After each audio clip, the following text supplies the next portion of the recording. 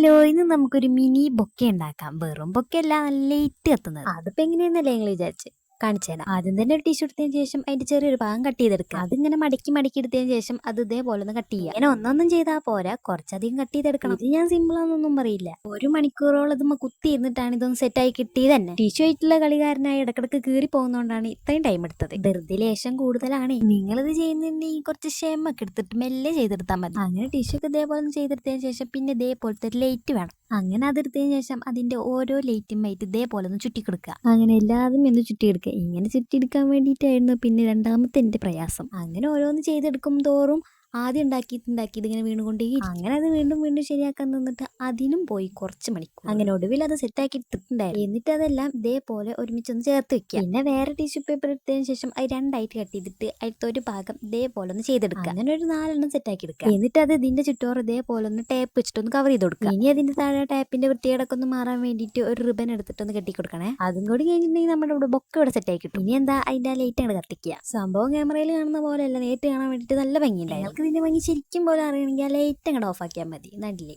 Final look എനിക്ക് ഭയങ്കരമായിട്ട് ഇഷ്ടപ്പെട്ടിട്ടുണ്ട്. നിങ്ങൾക്ക് ഇഷ്ടപ്പെടുകയാണെങ്കിൽ ലൈക്ക് സബ്സ്ക്രൈബ് ഒന്നും മറക്കേ വേണ്ട.